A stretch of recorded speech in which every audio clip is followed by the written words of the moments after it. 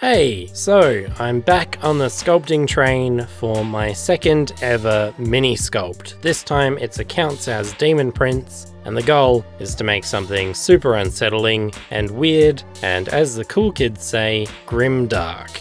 I want him to be fat and ugly and sad, and eventually I'm going to paint him like a sad clown to go with the Carnivals of Chaos theme.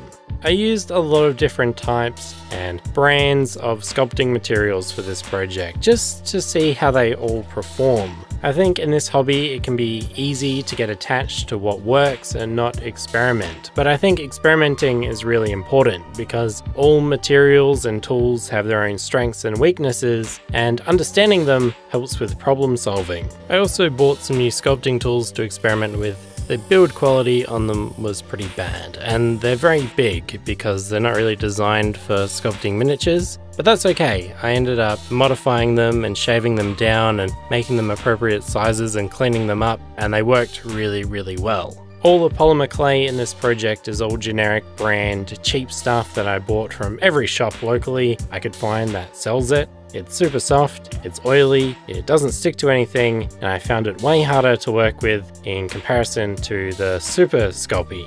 Still though, it did the job, even though sometimes it was pretty frustrating.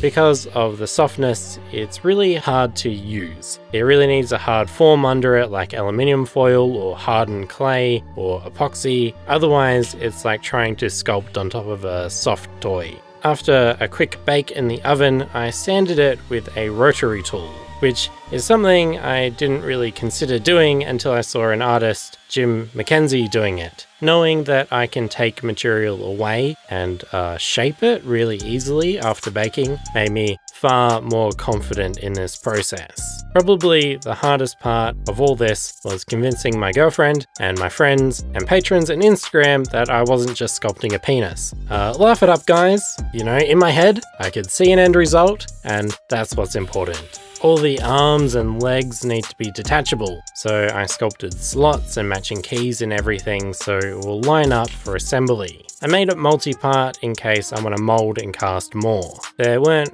really many guides on this sort of technical side of all the sculpting, so I had to just go with my gut, and hopefully this will all be okay in practice. The white 2-part epoxy I'm using is plumber's epoxy from the hardware shop, and I chose the type that had the longest setting time that I could find. It stinks really bad, and it sets in about 20 minutes, but it did the job for bulking out forms, and then I could shape it with the rotary tool.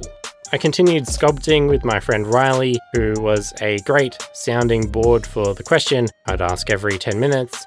Does this look like a penis? The answer was always yes, by the way. I've just come to accept it now. Whatever. Riley and I then decided to have a hobby marathon the next day, where I made a whole lot of progress. I moved to the medium of green stuff for the arms and legs because it was a really sticky material to work with, great for working on the thin forms like the arms and legs. For the head of the demon prince, I cheated a little bit. I used an open source program called Make Human, and I hit the random generator a few times and did some tweaking, and then I imported it into my 3D sculpting programs and blew the head way up and 3D printed it on a cheap 3D printer, and then covered it in liquid green stuff, and bam, I had a very low detail face to build on as a foundation. Sculpting the face was a lot of fun, especially having that foundation. It made me really confident, and I could be silly and do things without worrying I'm going to mess everything up, because I have that original form behind it that I can always go back to.